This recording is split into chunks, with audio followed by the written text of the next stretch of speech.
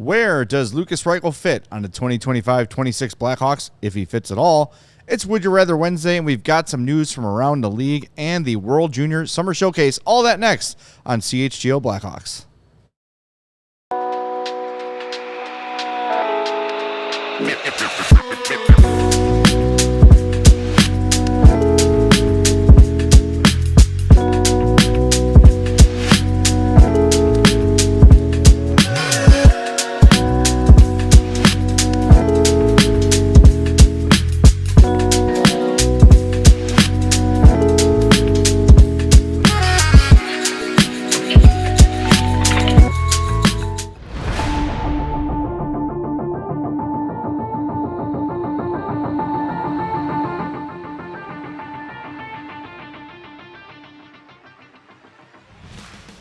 Happy Hump Day. Welcome into the CHGO Blackhawks podcast.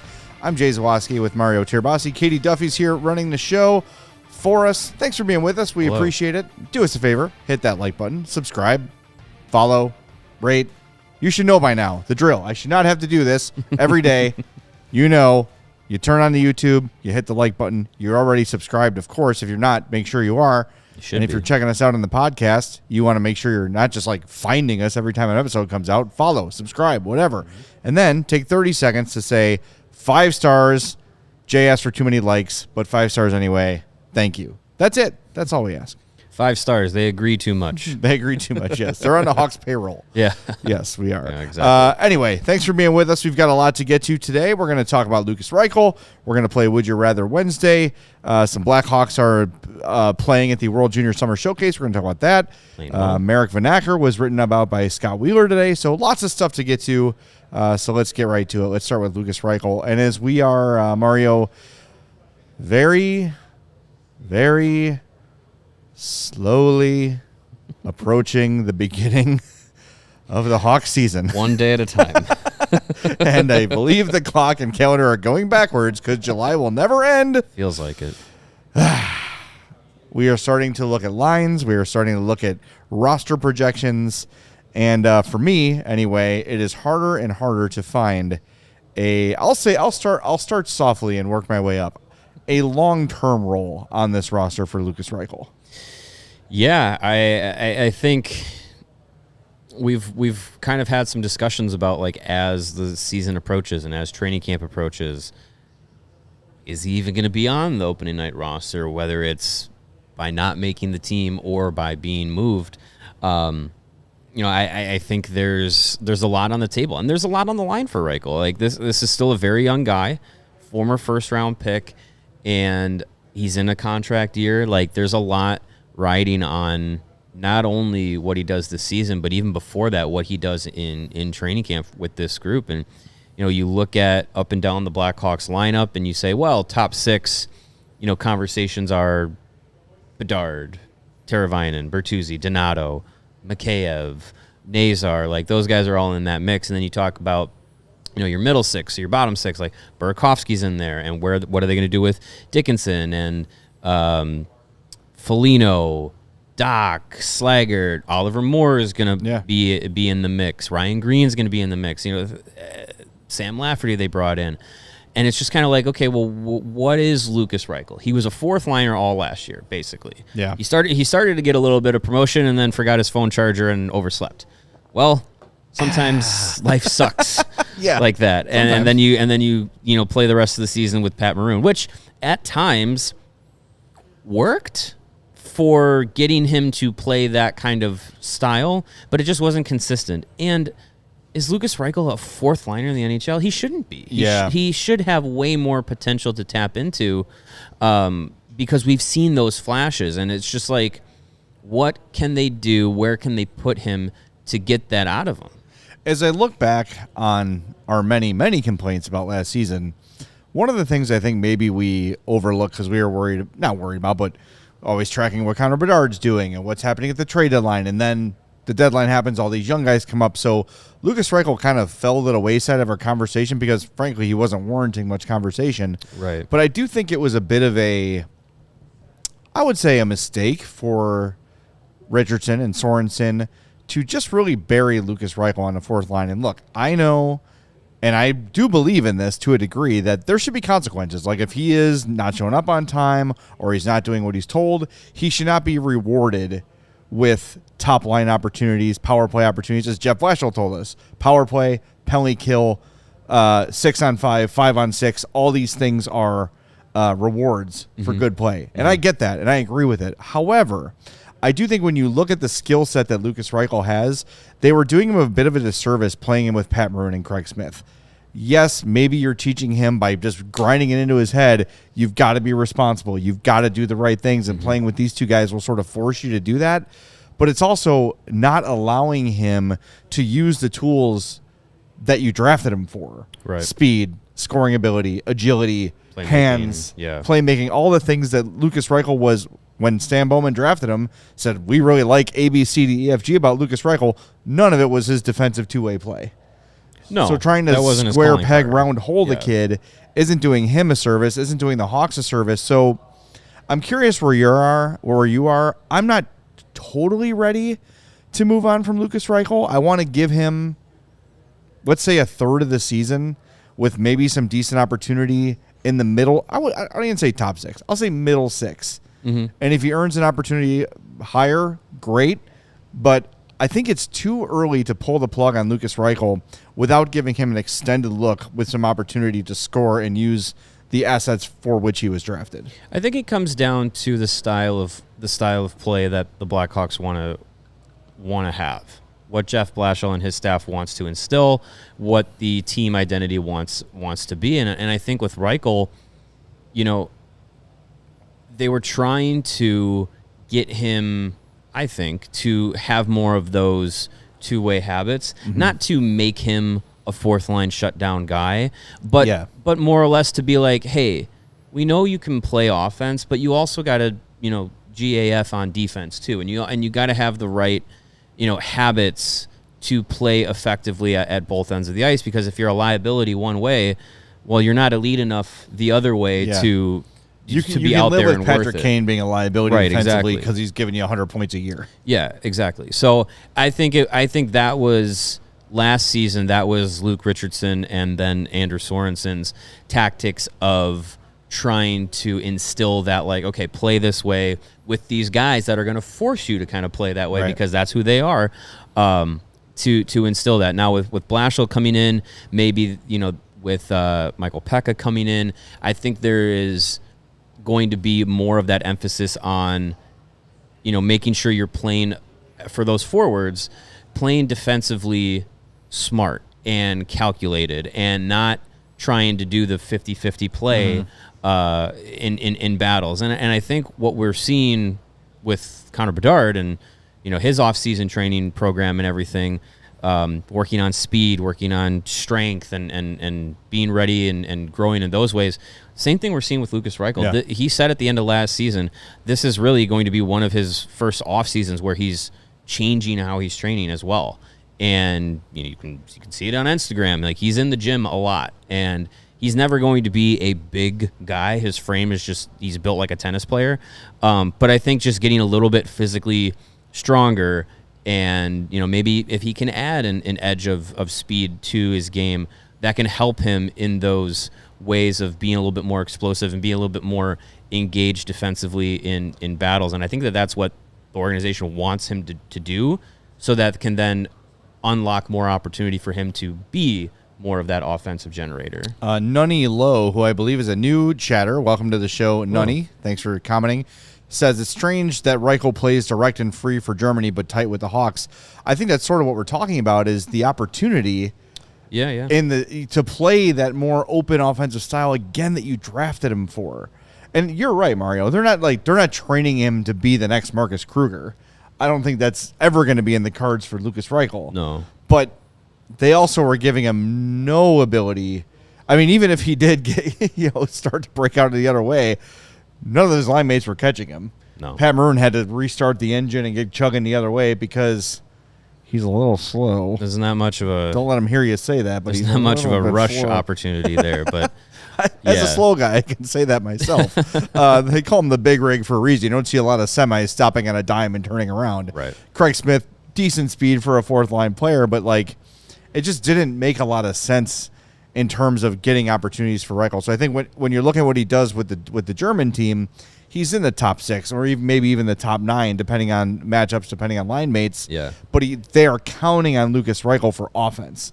That's not something the Hawks have really done, save for the end of the season 2 years ago, where we got that little that tease little glimpse, of what he might be.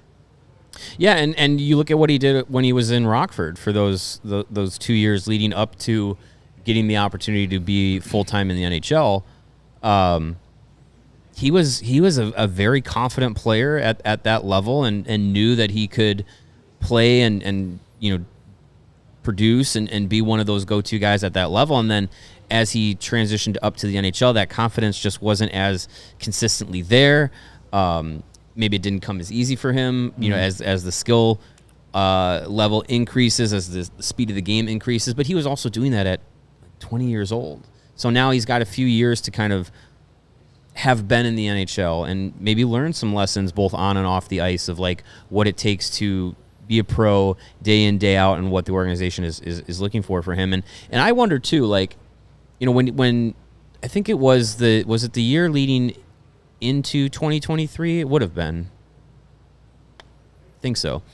When, it was they brought him in training at the end of training camp, but there was that video of where it was just like, you're going to be in the NHL, you've made it, blah, blah, blah, this is what we're looking for kind of thing. Like, I wonder if that was maybe more of a, we're giving you a spot because you should have a spot kind of thing, rather than fully like, yes, we believe you can be in the NHL and succeed, rather than giving him. If he had gone back to Rockford for another season, like, I know you shouldn't operate under optics, but if he had gone back to Rockford for another season after 2 point per game years, I think you would have had a lot of questions about like, wait, this is not, what are you talking about? Why is he still there? Well, and you want him to earn it at the lower levels, and if he's point per game 2 years in a row, then that's the conversation we had with Frank Nazar, where it was just like, this guy's lighting it up. Why is he still down there, kind of thing. So, yeah, I just wonder if maybe that was a little bit of,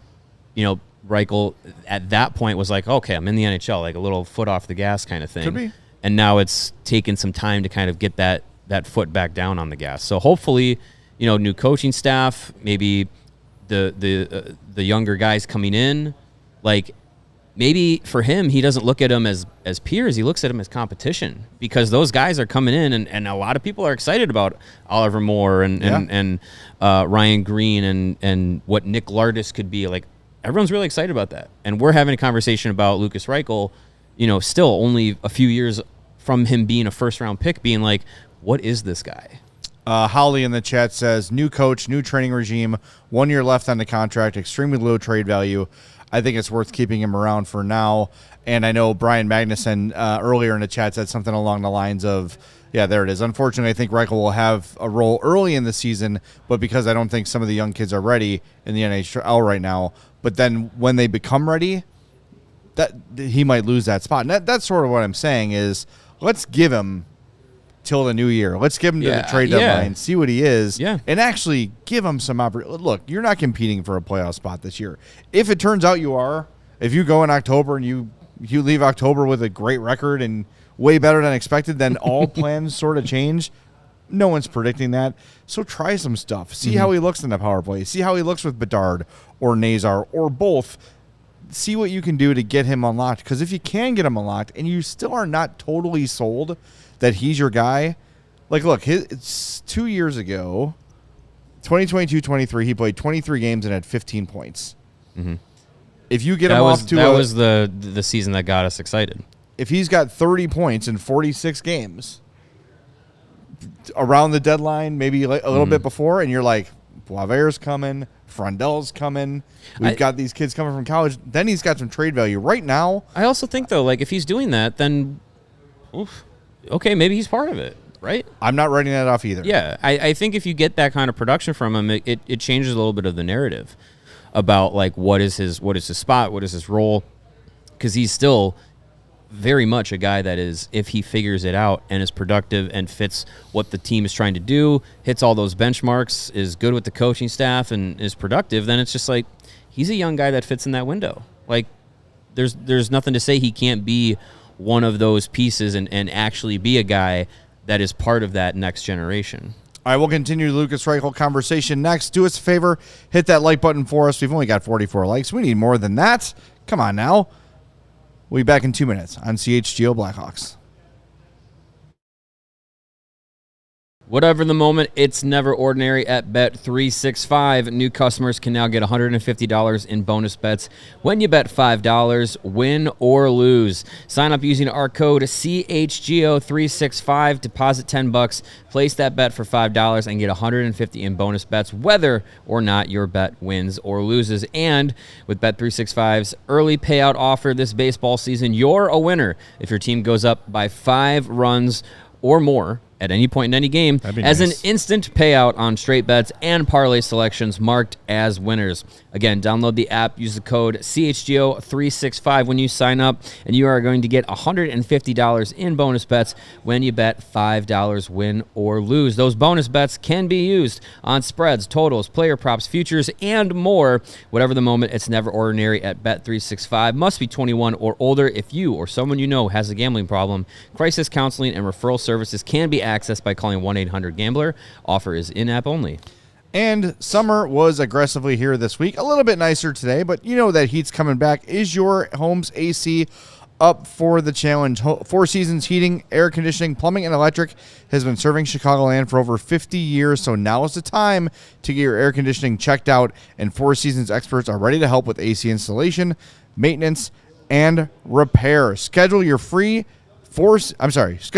Seasons AC tune-up today. Save $50 and enjoy a 1-year no-breakdown guarantee. That'll come in handy next summer, and you can save up to $4,000 on new comfort systems with Four Seasons. New AC units from $39 a month. New AC furnace combos from $57 a month. Your local trusted experts are Four Seasons Heating, Air Conditioning, Plumbing, and Electric. Visit fourseasonsheatingcooling.com for all their special offers and money-saving coupons. Again, that's fourseasonsheatingcooling.com. Come and get your house cooled off. And now it is time for my favorite segment. Woo. And your favorite segment, Slap I'm sure. it. Cards from the Vault. Cards from from the our Vault. friends at Arena Club. That's a cool logo. I like that. That is. I really like that. ALLCITY design team. Well done. We're going to rip open some packs here with our friends at Arena Club. And just to show you the process of doing it, I'm going to share my screen here through the art of television magic. And I'm going to go with a ruby pack here, not a gold one, a ruby one. We're going to go back to football. And look Wait, is a ruby more valuable than a... Ruby is more valuable than gold, apparently. Right. So we're going to rip it open. Nice. And we're going to see who I'm adding to my team. It's Bryce Young. Ooh. Former almost Chicago Bear Bryce Young, a 2023 Panini Prism black and white checker card with a mint grade of 9.5. That's pretty good. It's almost 10. Good. That's almost 10. That's So that's pretty good. So that shows you just a little bit of the process of what you can do with Arena Club. Now you can select to keep the card in your showroom like I have. I have a nice collection of quarterbacks, 2 Joe Burrows in case I misplace one of them. And I have Bryce Young and Marv Levy as well. Also a basketball player. Don't you Carey's favorite? Chris Murray. Sure, yeah, yes, we remember I know Chris him. Murray. How could you forget? From the basketball. From the NBA. And yeah, you can choose to keep it, you can sell it, you can trade it. Or what's really cool with Arena Club is I know a lot of people are like, oh, so these are just fake cards. No.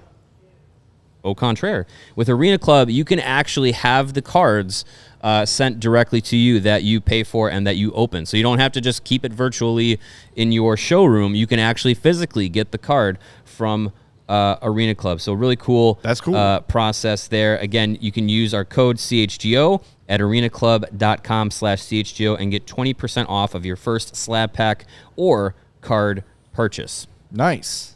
It's cool stuff. That is cool. I like that they send you the card. Yeah. I've never been big on like the NFTs. Like just the NFT. You just paid $100 for this image of a disheveled monkey. Yeah. And now it's your Twitter avatar. Okay. Start spamming people. Now what? That's it. Yeah. You own that image. Right, but I yeah. just copied and saved it on my own. Never mind. I don't understand. Yeah, to get the physical card, that's awesome. You can get the physical card, yeah. That's a game changer. And you can get the instant offers from Arena Club for the market value of the card too. If you're just like, I've already got one of these. Like if like my Joe Burrows, I probably could just give one back to Arena Club and say, it's fine. You can take one of my Joe Burrows. I'll take my money back, please. Sweet. All right, that's fun. Yeah. Brian Magnuson, another interesting comment, says, Lukas Reichel reminds me of Justin Fields as far as showing glimpses of talent and performance, but it's still not consistent enough. It's kind of that, I had like a, not to start a whole thing, but I had a similar thought about Connor Bedard and Justin Fields, where like you see the, like, ooh, it's right there. But then there's those moments where, ugh, like you'll have those moments of greatness, but then you'll have that frustrating turnover, or, he'll not shoot the puck, like whatever it might be. Yeah. But that talent there is undeniable for both. Reichel also falls into that category. I don't know if the expectation for Reichel was ever as high as it was for Fields. No. But I see the comparison for sure. It's still first round pick with the expectations, and I think that's the thing is Reichel wasn't part of the quote unquote Davidson rebuild timeline, but he is part of it because he wasn't a fully realized. He still isn't a fully realized professional hockey player yet, or you don't think he is at least.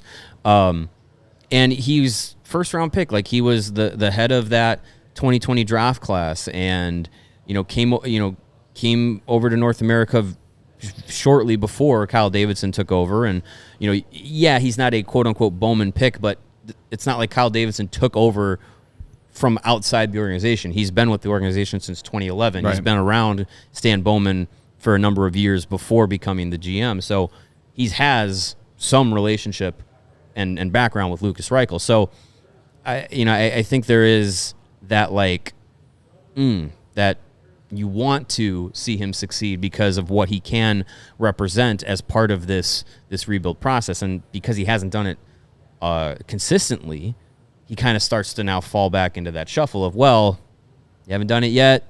There's other guys that look like they could do it. You might start, falling back to the bottom of the toy chest as the shiny new toys get put in your room. Well, I think we're all sort of. Can you tell I've watched all 4 Toy Stories this week? Yeah, good job. You can kind of,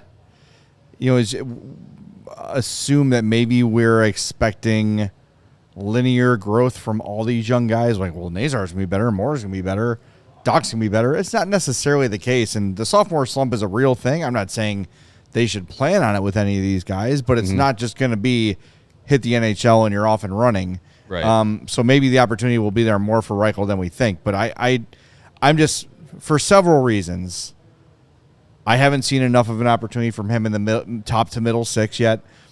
And let's be honest, like, his trade value right now is nil. Right. Yeah. If you're trading Lukas Reichel right now, you're basically getting another team's Lukas Reichel. I see a lot of people in the chat talking about Mason Marchment. No, it's not going to be Mason Marchment. No. You're not going to get a guy who has shown something at the NHL level for a guy who hasn't. And if the Ducks are looking to move on from him. Are you saying McTavish? I always do this. I always do. Mason McTavish. I'm going to get a sticker. I was like, I'm going to get a sticker that says McTavish Young. Wait, Mason, which one's Mason McTavish, Young Duck. I'm going to Mason get McTavish Marchment, Young. Kraken. Somebody in the chat said Marchment. You got confused. They confused you. Okay, but Mason McTavish. Thank you. Right? McTavish is the young guy. Okay. Yes.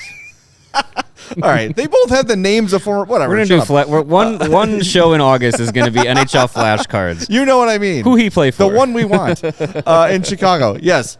So if they're going to trade him from Anaheim, it's going to be for way more than Reichel. Yes, it's going to be for immediate help that gets them from playoff team ? To playoff team. Period.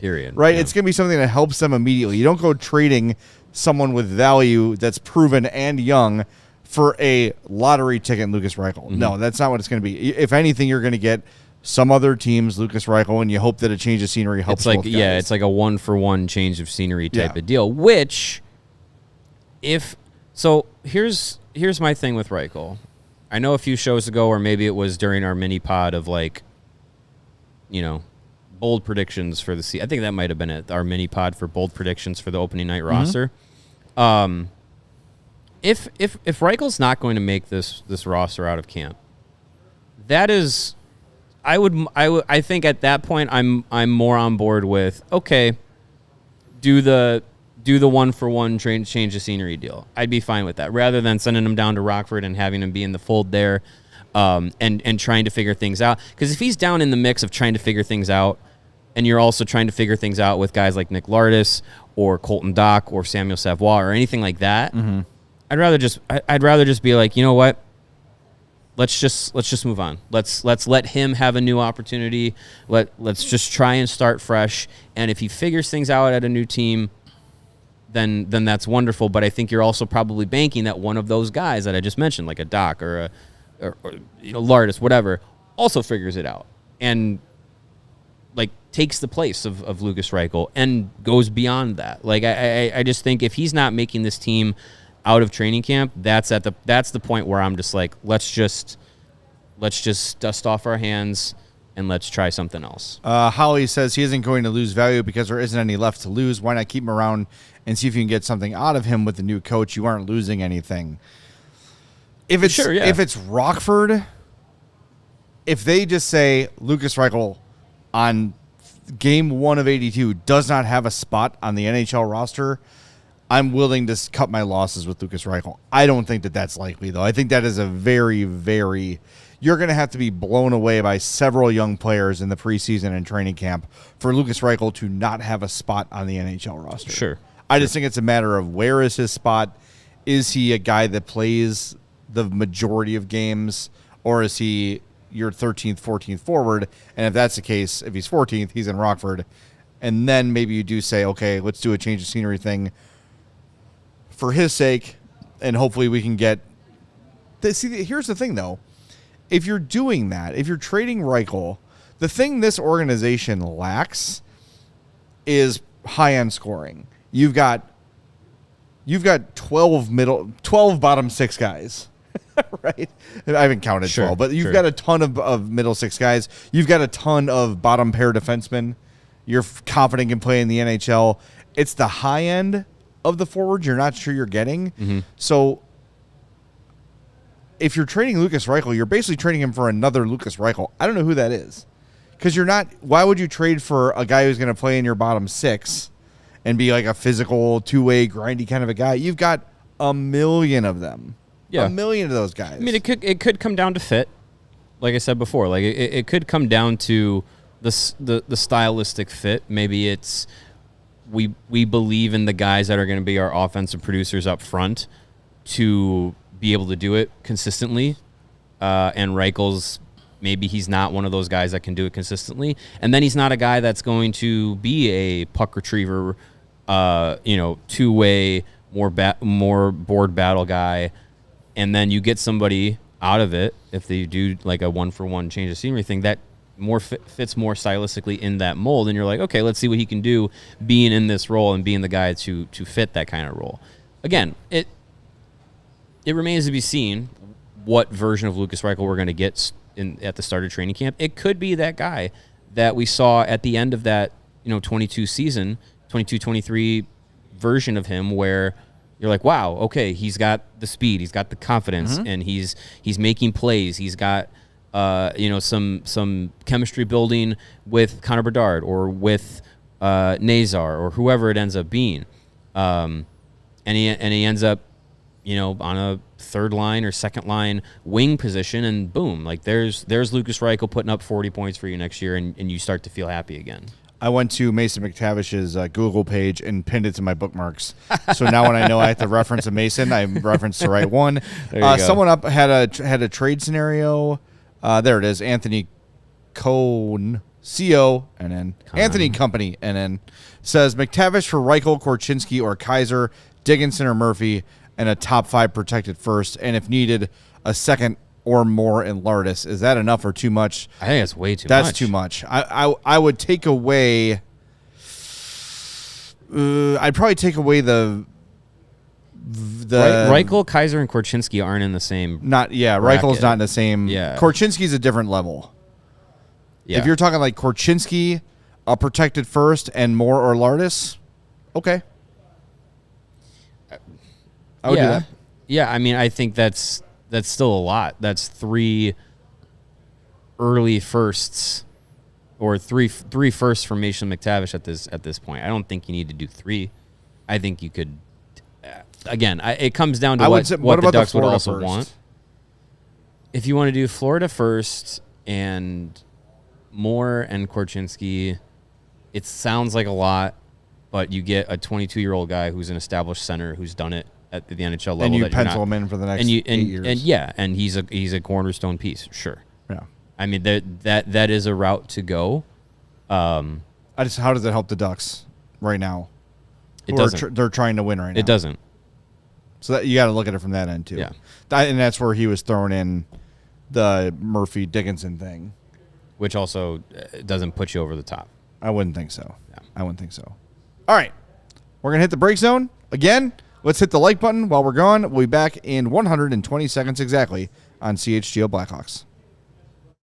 Looking to buy, sell, trade, or rip open packs of cards? Arena Club is the place to go. They're changing the hobby with their transparent slab packs and no-fee auctions. Arena Club makes it easy to collect the cards that you love. You can get authentic graded cards instantly on Arena Club, and then you decide whether to hold on to them, sell them, or have it shipped to you directly. You can also decide to take an instant cash offer based on market value. And with those slab packs, you can open a pack for as low as $25 and hit on a card that's worth tens of thousands of dollars. Arena Club is the most trusted name in the game. They offer full transparency, showing every card in the pack with the likelihood of pulling each one so you know exactly what's available before you buy. And if you're going to the Sports Collector Convention, be sure to stop by their booth. That's happening right now, today, July 30th through August 3rd at the Donald E. Stevens Convention Center.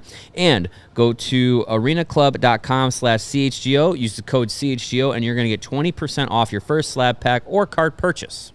And just like your favorite team needs a home ice advantage, your home needs a whole floor advantage. And Empire today, they can help you get it with their flooring experts. They have dedicated flooring pros, and they are focused on flooring and only flooring every day. No Christmas break. No 4th of July. It's flooring time 24/7. 4th of July. The 4th of July. Yeah. There you go. I like that. They bring the showroom right to your home so you can pick the right flooring and the right colors for your space. See how it looks with your furniture in your house. You're not just blind guessing. It's some giant showroom. With Empire today, you get clear upfront and all-inclusive pricing. Plus, you can schedule installation as soon as the next day. Schedule a free in-home estimate today. CHGO listeners can receive a $350 discount when using the promo code CHGO. Yep, that's right, a $350 discount with the code CHGO. Restrictions do apply, so visit empiretoday.com/CHGO for full details. All right, good stuff on the Lukas Reichel front. Thanks for all the great comments. Make sure you hit that like button for us. We're going to move on right now. Apologies to Holly. Yeah, Holly. It's a tough show Holly for her. wants him here for November as Lukas Reichel's number 2 fan after my daughter. Would you bet that Lukas Reichel's here in November? I'm going to bet he's here. Probably. I think so. Yeah. I think so. Probably in the press box eating popcorn, but he'll be here. I'm just kidding. All right. If you missed it this morning, our buddy Scott Wheeler of The Athletic, who's my favorite analyst when he's on, did a big write-up on Merrick Vanacker of the Brantford Bulldogs. Some good stuff in there. What stood out to me was a quote by Brantford Bulldogs GM and rich human being, Spencer Hyman, brother of Zach Hyman. Spoiled brat. He says, I think Merrick Vanacker is the best power forward in the CHL. There were games last year where he could tell he was himself again after injury. He's going to have a massive year, and we're really excited.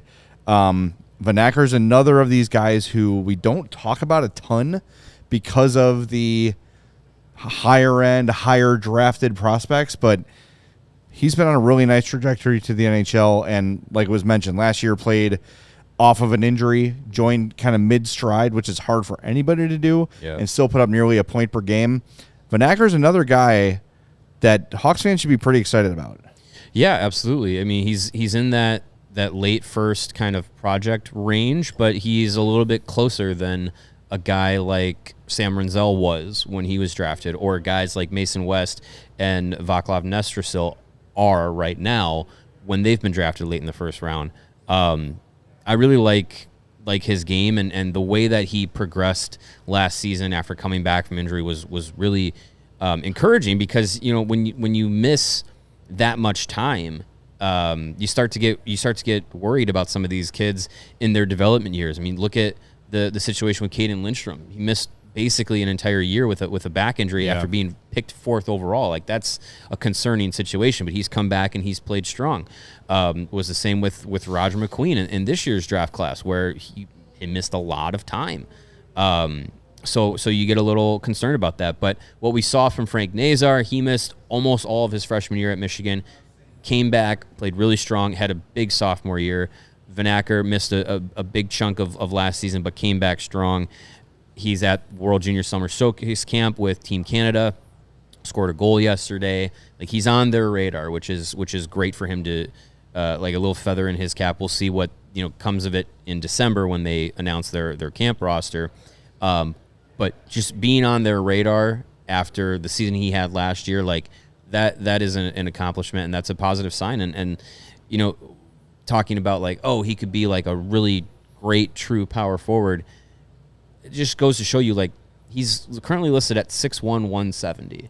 That's not power forward numbers, but that goes to show, like, the style of play that these guys can have, that they can grow into. You don't have to be AJ Spellacy or Mason West at 18 years old to be a power forward. You can grow and develop. You're going to physically mature a little bit more, but if you're playing that style of game, you get used to it at the lower levels, so that when you kind of find your stride in that style, when you get to that next level, it's second nature to you. You don't have to change how you've played up until you're 19, 20 years old to now being like, oh, okay, like Dave Bolin, he had to make that transition. He's not going to put up 100 points in the NHL. He's going to have to be a little bit more, grindy, two-way, more, good habits and small details guy than he is a big point guy. But like you're saying, though, when you're doing that in the CHL, you don't have to be taught that at the NHL level. Right, exactly. You don't have to relearn.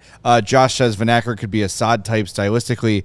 I thought it was interesting in Scott Wheeler's piece. He says that Vanacker sees himself as Ryan O'Reilly with more speed. That would be fine. I'll take that. I'll take that 10 times out of 10. Yeah. Yeah. Just go to. There's more Dunkin' Donuts than Tim Hortons in the Chicago area. Yeah, I think if you get a guy like that you can confidently put into your in that conversation of a top 6 winger that's going to go and get pucks for guys like Frank Nazar and Anton Frondel and Connor Bedard, like, that gets you excited. And he's working on. Vanacker is on getting stronger, getting bigger without losing that speed. And I think that's a challenge for a lot of these young players is they are kind of spindly and small and slight in terms of weight and, muscle mass. Mm-hmm. But if you add that's kind of the fine line. If you add too much of that, you don't want to lose that speed that gives you the separation. But if you're coming to the NHL with eyes on being a bottom 6, front of the net, in the corners kind of a guy, you don't necessarily have to be Connor McDavid speed-wise. You can if you're Marek Vanacker, to fulfill the role you're looking to fill in the NHL, you can probably lose a step or two and still be very effective. Or you can just keep those steps and just that'd be fine too. And just if that's an option, sure. Yeah, I mean there's something to be said for, like, guys who are bigger, but also, like, you can be functionally, like, sizable. Like, you don't, like, I just remember Jonathan Taze's, like, middle of his career. He would go from being, like, very fast, good, like, speedy, two-way, good playmaker, hovering about 190 pounds, and then it was like, oh, the NHL is getting to be a more bigger, tougher, meaner game, and especially, like, through playoff battles and stuff. Then he'd go up to, like, 200, and then you're like, well, he's not the same Jonathan Taze.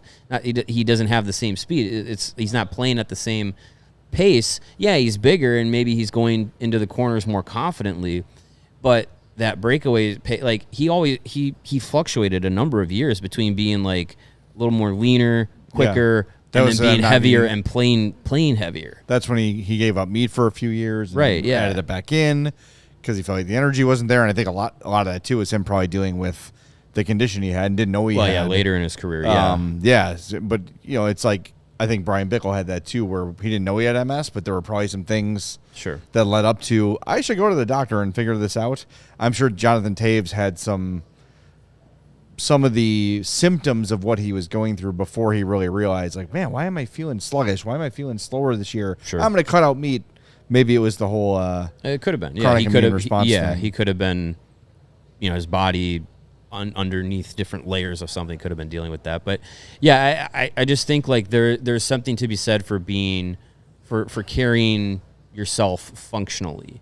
You don't have to be Dustin Byfuglien to be a power forward. You can be, you have that style. Look at the way Andrew Shaw played. He was never a big guy. He was never a physically intimidating guy on the ice, but he played that style, and he paid a price for it, but he played that style effectively. It's a lot like what we see Samuel Savoie could be. He's not a big physically imposing guy, but he wants to be that kind of player that goes in there and battles and makes sure that you have to deal with him. Whether it's in the corners or around the net, like you're gonna have to deal with him.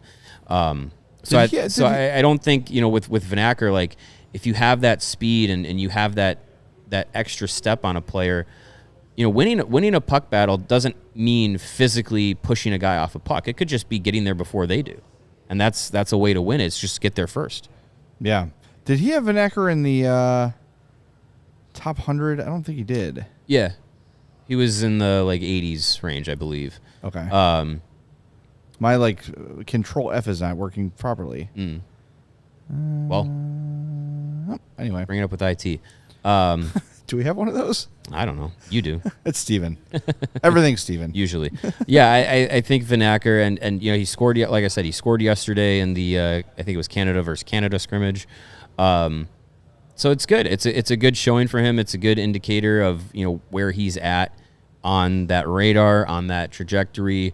Other guys, a couple other guys are doing well at the summer showcase for the World Juniors right now. Frondell didn't go, but AJ Spellacy today is playing with Team USA on their fourth line, and that's a roster made up of mostly the guys coming back from last year, and that's a good indication of kind of where he's at for USA Hockey's radar. And then Sacha Boisvert, again, Team Canada is kind of in that situation too, moving forward through the summer showcase of where they're kind of only now playing the guys that are likely to be in the mix when the World Juniors come around in December, and Boisvert is in the lineup today. So those are good signs for those players, and it just, having those guys play in those games is a good feather in the cap. It's also like a good indicator that the Hawks are getting the right guys at their, at the junior level and playing amongst their peers that are taking the right steps and on the right path for development. And, to make a Team USA or to make a Team Canada is a big deal. Brad in the chat says, Vanacker is in my daughter's friend group.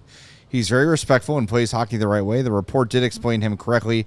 He's the guy that will go and get you the puck. That's interesting to have a cool little direct connect. Not direct, but hey, Brad, get Vanacker on the show for us. Come on, yeah. That's pretty cool. We do have we put out a request to talk to Jay McKee, the Brantford Bulldogs head coach. So hopefully we can make that happen within the next week or two. Plenty of Brantford Bulldogs in the organization with Lardis, Vanacker, and now Ashton Cumby. Yeah.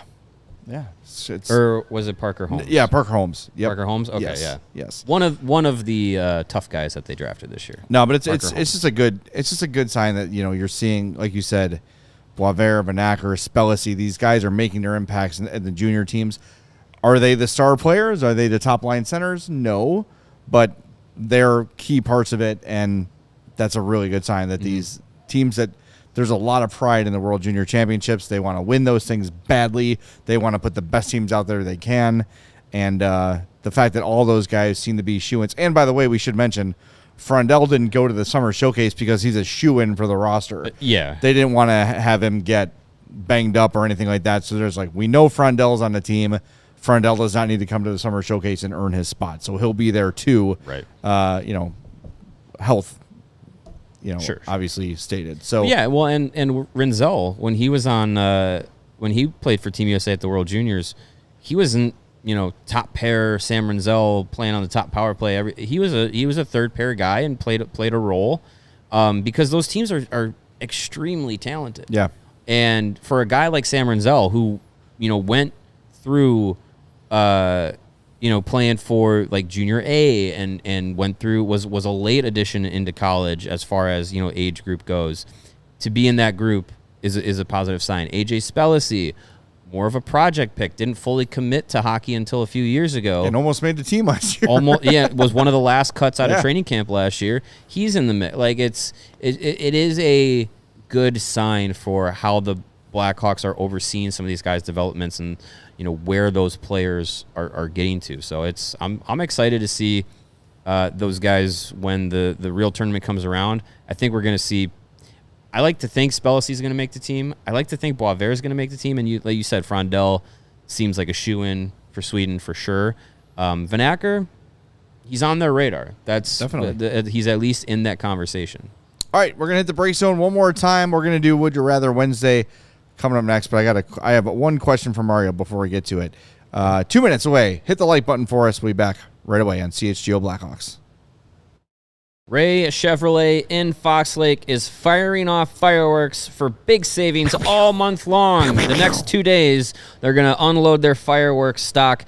Come in today and shop the Freedom to Save sales event and drive home with $10,000 off MSRP on new Chevrolet models. Or you can check out their selection of over 125 vehicles priced under $20,000. As one of the top-selling Chevy dealers in the Midwest, they're able to keep their prices competitive so you're getting a great deal. And with Ray's Price Promise, that lets you shop confidently because the price you see is the price you pay. Go see for yourself. You can visit our partner at their convenient location right on Route 12 in Fox Lake. And do not miss out on their Freedom to Save sales event going on all month long for $10,000 off MSRP on new Chevrolet models. Visit Ray Chevrolet in Fox Lake, or you can go to raychevrolet.com. And the moment when you realize you left your favorite sunglasses at the beach or on the roof of your car or at a gas station 3 states away or at the locked softball fields. We've all been there. I've been there. But then we found Shady Rays, and it changed the dang game. These sunglasses are made for real life. They look great. They're polarized. They're super durable, and they're not insanely expensive. Here's the best part. If you lose your sunglasses or break your sunglasses, even on day one, Shady Rays will send you a brand new pair. No guilt trip, just replacements. So now you can actually wear your sunglasses without fear on hikes, at concerts, on the boat, coaching third, wherever you might be. Shady Rays is eyewear that has your back. And we've teamed up with Shady Rays to bring you an exclusive offer. Head to shadyrays.com and use the code CHGO for 35% off polarized sunglasses. Try for yourselves. The shades rated 5 stars by over 300,000 people. Again, shadyrays.com, the code CHGO for 35% off polarized sunglasses. All right, Mario, my question for you is over under 1/2 of over under 0.5. Spellacy, yes. Lardis or Vanacker makes the team out of camp. I don't think Spellacy or Vanacker are making it out of camp. I think they're going back to junior. My gut is telling me that Nick Lardis is going to start in Rockford. So I would say under. Okay. I'll say under. I think Lardis will start in Rockford, but I don't think he's going to be there long, but I wouldn't hate it if they gave him a little bit of extra time to kind of figure it out at the pro level. If he blows away the front office and the coaching staff in training camp, if he's sniping in preseason games, then all the power to him, and that would be exciting because it's another one of those young guys that you put into that conversation of being in the NHL. But I still think the slow play with him is probably the better route. Yeah, give him – maybe the plan is the Nazar plan. Right. And if he's lighting it up – Go to Rockford.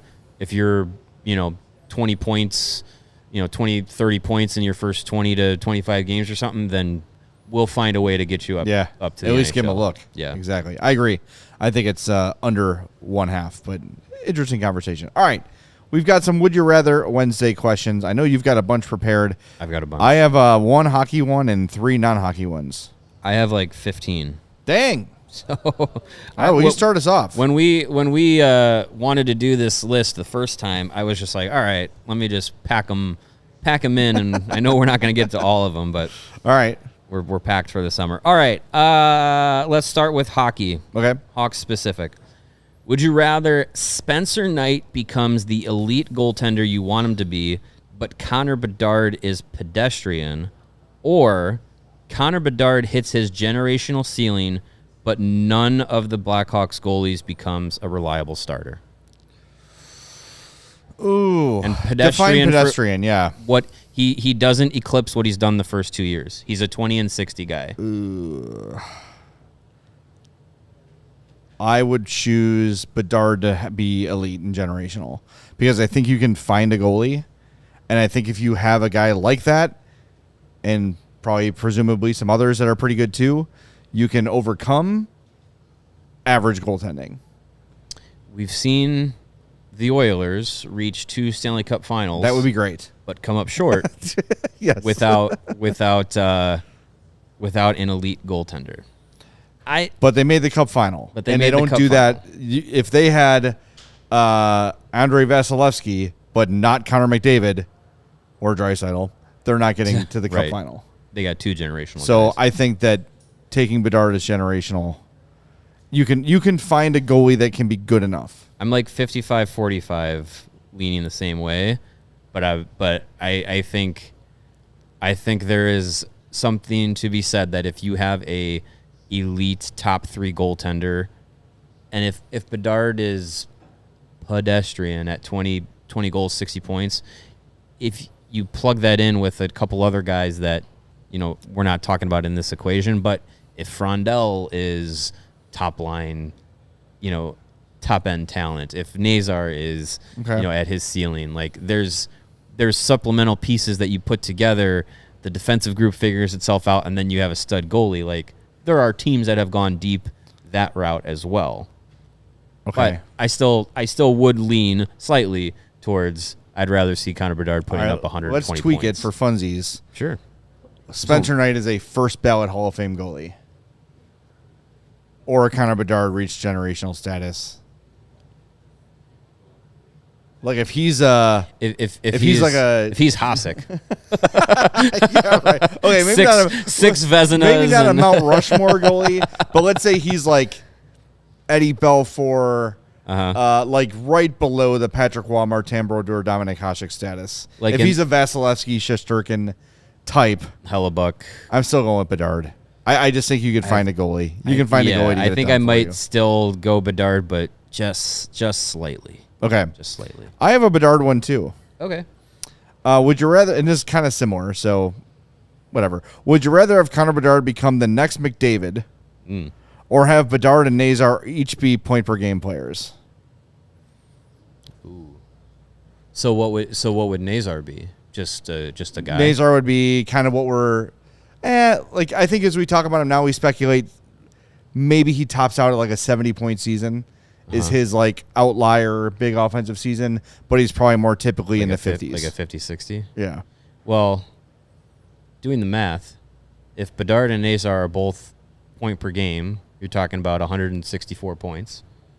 And if Connor Bedard has a 100-point season and Frank Nazar has a 64-point season, it's the same. That's true. So... But I do think there's something to be said for having that absolute game breaker. Career high in points for, just for the record, Connor McDavid, 153 points. He had 64 goals and 89 assists in 2022-23. So it's kind of like, would you rather have a McDavid and then a guy... And a Ryan Nugent-Hopkins. Nugent-Hopkins is a little bit more than a guy. Or would you rather have like a Taves Kane situation? Exactly. Yeah. I think I might go... Taves Kane situation, because we've seen, especially in the postseason with the Oilers, at times, if you stop McDavid, you stop the Oilers. Yeah. And I think if you have a multi-pronged attack, you're better suited. Oilers of the last few years, you've been able to rely more on Draisaitl and a little bit more of your depth. So I think in that scenario, I'd rather both guys be like top line point per game potential. Jason T with a good point says Carolina feels like the team with B+ players in regards to points. So that's like, would you rather be Well, see, it's hard because you can't say the Oilers because they've got two of those guys. Right. But it's like, let's say the Leafs. Like, would you rather be the Leafs without the stink on them, or would you rather be the Oilers? Yeah. With like two absolute game breakers, and not to take anything away from some of the other really good players on the Oilers, but they're not quite what those two are. And Carolina is a stable goalie away from being like, actually, I can envision them winning the East, but they just don't have it. I mean, I can envision them winning a cup too, even as constructed. They just haven't gotten over that hump yet. Yeah. But I think it's possible. All right, I got another one. All right. Would you rather be guaranteed Gavin McKenna or this year's Blackhawks have a free pass to the cup final? Oh. No, because they're going to get their asses kicked in the cup final. Well, that's the thing. Is like, do you guarantee getting Gavin McKenna, Yes, I guarantee McKenna. number one guy, or do you roll the dice and potentially you go right to the cup final? Hope you face the Leafs. And whoever comes out of the East, probably the Panthers, you get 1 7-game series with them. You're just going to get curb stomped. There's no point. So all right, let me tweak it. Let me tweak it for you. Do the Hawks have they have a season like the 08-09 Blackhawks, where they have they get to the conference final? We'll even say they get to the cup final because they've earned it. No, this team goes through the regular season, I'm taking McKenna. but then there's no Western Conference playoffs. They're just going to get Hawks destroyed. just go there. Okay, They'll just get destroyed by the Panthers. All right. So, but Colton Dach will be healthy. It'd be fun to just see what could happen, but you're more you're probably more correct that it's probably a gentleman's sweep. Maybe they get some random 2-1 OT win in like game 3 or something, but it'll be like the series against Vegas in the bubble playoffs where it was just like they had no business. It's one of my favorite hockey terms. Is a gentleman's sweep. Yeah, I love that. All right, I'm going to go non-hockey on this one. All right, me too. 20 degrees in snow or 90 degrees in humid. Man, see, I have the mood for both.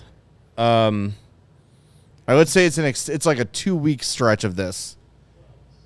20 degrees and snow. I agree. Yeah, you can always warm up. Yeah, I would. If I would have a stretch of that same weather each day, I'd rather it be snowy than hot. Yeah, this week was like you walk out of your house like getting punched in the face. Yeah, it's rough. I agree. Give me 20 degrees and snow. All right, I got a golf one. All right. Would you rather a hole-in-one that no one sees or you shoot your lowest round ever alone? So it's like, which lie do you think people would believe more? Yeah. I feel like if that's the question, which lie would people believe more? I think a bad golfer could hit a hole-in-one. Mm-hmm. Like you could just... I was close to one. I was close to one a couple last weekend. I would take the hole-in-one. I would also take the hole-in-one. That lasts forever. Yeah.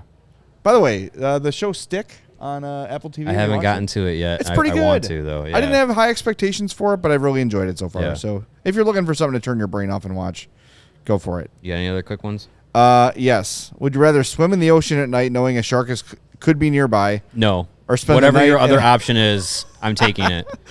Or spend the night in a house you know is haunted. Haunted house. 1,000 times Yeah, ghosts over. has never hurt anyone, really.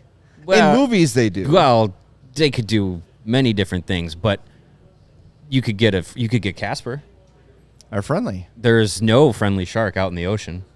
They will murder you with their teeth. That's what they do. Yeah. They're murdering machines. Give me the shark, man. You want to no. say instead of a haunted house? Give me the shark, yeah. A dark Give me the shark. ocean, you don't see anything. Yeah. You're just floating out there in nothingness, except for the shark that's going to kill you. But it's a potential shark. You don't know it's there, but you're in shark waters. Nope, not at all. The panic attack would kill me before the shark just would. Die right away. Absolutely not. Right, I don't mess with the ocean. We don't belong out there. Okay, what if it's daytime? Good. Then I can see it coming. Yeah, that makes it better. Right. No, I'm choosing haunted house. I'm going haunted house. I'm somewhat interested in that anyway. I would sort of do that for fun anyway. I went ghost hunting, amateur ghost hunting, when I was a senior in high school, with a group of friends, and a video camera up in the unused 4th floor of our old high school, which is where the priests and nuns used to live. Yeah, that'll do it. And some weird stuff happened. Yes. So it was fun. I would do that again for sure. All right, take me with you next time. All right, we're going to wrap things up. Thanks for being with us. We are 3 likes away from 100. Let's get over the hump here. Come on now. Let's get to 100 likes. We'll talk to you tomorrow. Each like is one less shark in the water. But they're safe and happy. Sharks are endangered. Let's be careful there. Yes. One less around you. There you go. Perfect. All right, we'll talk to everybody tomorrow at 2:30 on the CHGO Blackhawks podcast. We all silly like the mayor.